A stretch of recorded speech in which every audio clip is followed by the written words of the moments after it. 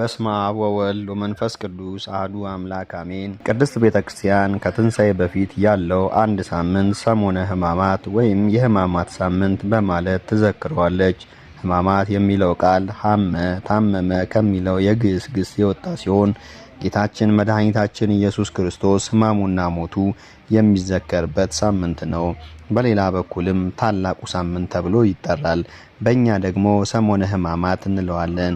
ሰሞነ ሕማማት ከሆሳዕና እስከ ትንሣኤ ባሉት ቀናት ጌታችንን ለመያዝ አይሁድ የመከሩበት፣ ምክራቸውን ያጸኑበት፣ ጌታችንን ሳይዙ እህል ላለመቅመስ ክፉ መሐላ የተማማሉበት፣ ጌታችንን የያዙበት የገረፉበትና በዕለተ ዓርብ በቀራንዮ የሰቀሉበት ሳምንት ይህ ሰሞነ ሕማማት ተብሎ ይጠራል። ሰሞነ ሕማማት እስከ 4ኛው ምዕተ ዓመት ድረስ ከጾሙ ተለይቶ ለብቻው ይከበር ነበር። በኋላ ግን በባሕረ ሐሳብ ቀመር መሰረት ጾሙም ሕማሙም በትንሣኤውም ተያይዘው እንዲከበሩ ተደረገ። ምዕራባውያን ከ40 ጾም በኋላ ሻውን ሳምንት ሰሞነ ሕማማት ያደርጉታል። የምስራቃውያን ኦሪየንታል ኦርቶዶክስ ተዋሕዶ ቤተ ክርስቲያናት ግን 40ውንም ጾም ጨርሰን ከሆሳዕና ቀጥሎ ያለ አንድ ሳምንት ሰሞነ ሕማማት አድርገን እናከብራለን። በሌላ በኩል ሰሞነ ሕማማት የኦሪት ዘመን ምሳሌ ነው። በዘመነ ኦሪት አዳም ከገነት ከተባረረበት እስከ ጌታችን በቤተልሔም እስከተወለደበት ዘመን የሰው ልጅ የጽድቅ ሥራው ለመንግሥተ ሰማያት የማያበቃው ነበር። ይልቁንም ነቢዩ ጽድቃችን የመርገም ጨርቅ ሆነ ኢሳይያስ ምዕራፍ 64 ቁጥር 6 እንዳለ የአዳም ዘር በሙሉ እስከ ዕለተ ዓርብ ጌታችን በመስቀል ላይ ሆኖ እስካዳነን ድረስ በዲያብሎስ ባርነት ስር ነበርንና ሰሞነ ሕማማትም የዘመነ ፍዳ ምሳሌ ነው።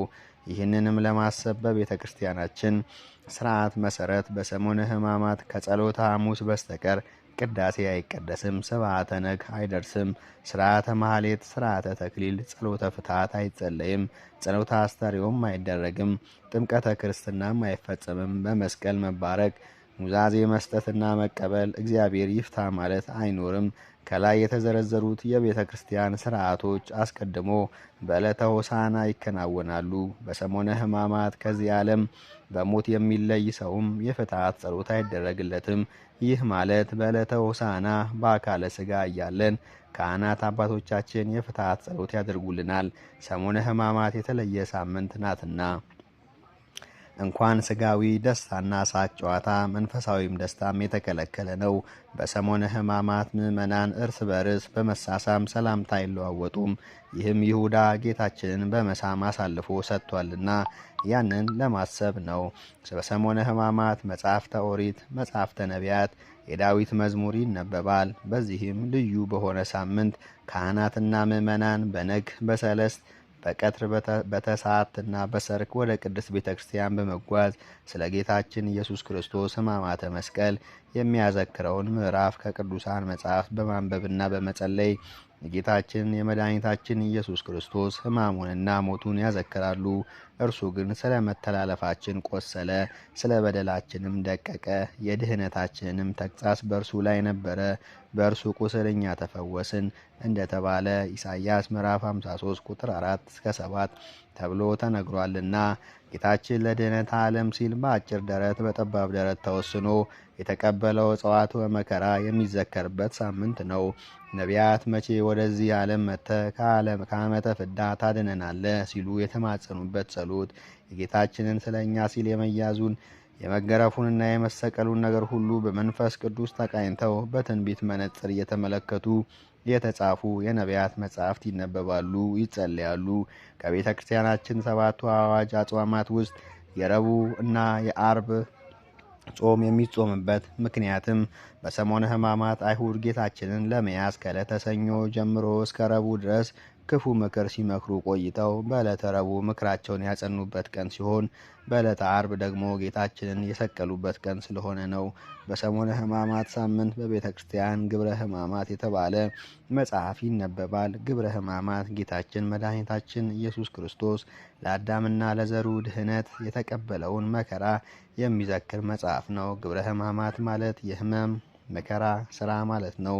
የጌታን መከራውን፣ ስቃዩን፣ ሕማሙን በሰዓትና በጊዜ ከፍሎ የሚናገር እንዲሁም ምን በማን መጸለይ እንደሚገባውም በዝርዝር የሚገልጽ በመሆኑና የጌታችንን ሕማም በምናስብበት በሰሞነ ሕማማት በዋነኝነት አገልግሎት ላይ የሚውል በመሆኑ ግብረ ሕማማት ተባለ።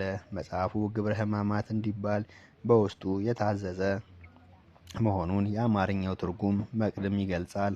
በግብረ ሕማማት መግቢያ ላይ ሐዋርያት ለስብከት በወንጌል በሚፋጠኑበት ጊዜ ስለ እርሱ ስለ ጌታችን ታሪኩና ታምራቱ ይከታተሉ ከነበሩት መካከል የተከበሩና የታወቁ ሊቃውንት በኢንፎንስና በገማልያል እጅ ተጽፎ በቅድስት ሀገር በኢየሩሳሌም በክብር ቦታ ተቀምጦ የተገኘ ነው ይባላል። ከሰኞ እስከ ቅዳሜ ሰሞነ ሕማማት የጾመ ሁዳዴ የመጨረሻው ሳምንት የጌታችን የመድኃኒታችን የኢየሱስ ክርስቶስ ሕማም የሚታሰብበት ስለሆነ ካህናት ሁሉም በቤተ ክርስቲያን ጥቁር ልብስ ለብሰው ያከብሩታል።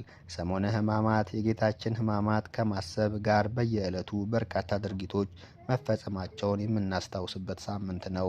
እስኪ ሙሉ ሳምንቱን አንድ በአንድ እንመልከት። ሰኞ መርገመ በለስ የተፈጸመበት ሰኞ ይባላል። ይህ ሳምንት በዚህ ዕለት ጌታችን ከቢታንያ ሲወጣ ተራበ። ቅጠል ያለባትን በለስ ተመልክቶ ወደ በለሲቱ ቢቀርብ ከቅጠል በቀር ምንም ነገር ባለማግኘቱ ከአሁን ጀምሮ ለዘላለም ምንም ካንቺ ፍሬ አይበላ በማለት ማርቆስ ምዕራፍ 11 ቁጥር 14 ላይ ስለ ረገማት መርገመ በለስ የተፈጸመበት ሰኞ ይባላል። በሌላ በኩልም አንጽሖተ ቤተ መቅደስ ይባላል። ጌታ ወደ ቤተ መቅደስ ሄዶ በቤተ መቅደሱ የሚሸጡትንና የሚለውጡትን ቤቴ የጸሎት ቤት ትባላለች በማለት ማቴዎስ ምዕራፍ 24 ቁጥር 13 በማለት ከቤተ መቅደስ ገርፎ አስወጥቷቸዋልና ማክሰኞ የጥያቄ ቀን ይባላል። ሰኞ ዕለት በቤተ መቅደስ ሲሸጡና ሲለውጡ የነበሩትን ሁሉ እየገረፈ በማባረሩ ምክንያት ለሰው ልጅ ሹመትና ስልጣንን የሰጠ ጌታ በምን ስልጣን ይህንን ታደርጋለህ? በማለት ማቴዎስ ምዕራፍ 21 ቁጥር 23 ተብሎ በፈሪሳውያን ተጠይቋል። ስለዛም የጥያቄ ቀን ይባላል። ሌላውም የትምህርት ቀን ይባላል። በዚህ ዕለት በቤተ መቅደስ ረዥም ትምህርት ስላስተማረም የትምህርት ቀን ይባላል። ሙሉ ታሪኩ ሉቃስ ምዕራፍ 21 ቁጥር 28 ላይ ይገኛል። ረቡዕ ምክረ አይሁድ ይባላል። ረቡዕ ዕለት የአይሁድ ሊቃነ ካህናትና ጸሐፍት ጌታን እንዴት መያዝ እንዳለባቸው የመከሩበትና ውሳኔ ያሳልፉበት ቀን በመሆኑ ምክረ አይሁድ ይባላል። ወቅቱ የፋሲጋ በዓል የሚያከብሩበት ቀን በመሆኑ እና ብዙ ሕዝብም ጌታን ይከተለው ስለነበር ሁከት እንዳይነሳ ስጋት ነበራቸው። ነገር ግን ከ12ቱ ሐዋርያት አንዱ የአስቆሮቱ ይሁዳ አሳልፎ እንደሚሰጣቸው ስለነገራቸው ሉቃስ ምዕራፍ 22 ቁጥር 1 እስከ 7 የመልካም መዓዛ ቀንም ይባላል። ጌታችን በዚህ ዕለት በለምጻሙ በስምዖን ቤት ተቀምጦ ሳለ መላ ሕይወቷን ለዝሙት አስገዝታ ትኖር የነበረችው ማርያም እንተ ኅፍረት ባለሽቷ ማርያም ዋጋው እጅግ ውድ የሆነ የአልባስጥሮስ ሽቱ አምጥታ በራሱ ላይ በማርከፍከፍ ስለቀባችው ማቴዎስ ምዕራፍ 26 ቁጥር 6 እስከ 7 የእንባ ቀንም ይባላል። ባለሽቷ ሴት ማርያም እንተ ኅፍረት ኃጢአቷን ይቅር እንዲላት እየለመነች በእግሩ ስር ተደፍታ በእንባዋ እግሩ አርሳለችና ማርቆስ ምዕራፍ 14 ቁጥር 9 ሐሙስ ዕለት ጸሎተ ሐሙስ ይባላል። ጌታችን ለአይሁድ ተላልፎ በመሰጠቱ በፊት በጌቴሴማኒ አትክልት ስፍራ ሲጸልይ በማደሩ ማቴዎስ ምዕራፍ 26 ቁጥር 36 ላይ በሰፊው ተገልጾ እናገኘዋለን። ጸሎተ ሐሙስ ይባላል። ጌታችን የደቀ መዛሙርቱን እግር በፍጹም ትሕትና ዝቅ ብሎ ያጠበበት ዕለት በመሆኑ ሕጽበተ ሐሙስ ይባላል። በዚሁም ጋር ተያይዞ የሚስጥር ቀን ይባላል። ከሰባቱ ምስጢራት አንዱ የቅዱስ ቁርባን ምስጢር ማቴዎስ ምዕራፍ 26 ቁጥር 26 እስከ 29 በዚህ ላይ በሰፊው ተገልጿል። የአዲስ ኪዳን ሐሙስም ይባላል። እንዲሁም የነጻነት ሐሙስም ይባላል። አርብ የስቅለት አርብ ይባላል። ጌታችን መድኃኒታችን ኢየሱስ ክርስቶስ ለአዳምና ለልጆቹ ሁሉ ቤዛ ሆኖ በምልዕልተ መስቀል ላይ ተሰቅሎ በዋለበት ዕለት ነውና ማቴዎስ ምዕራፍ 27 ቁጥር 35 ላይ በሰፊው ይገልጻል።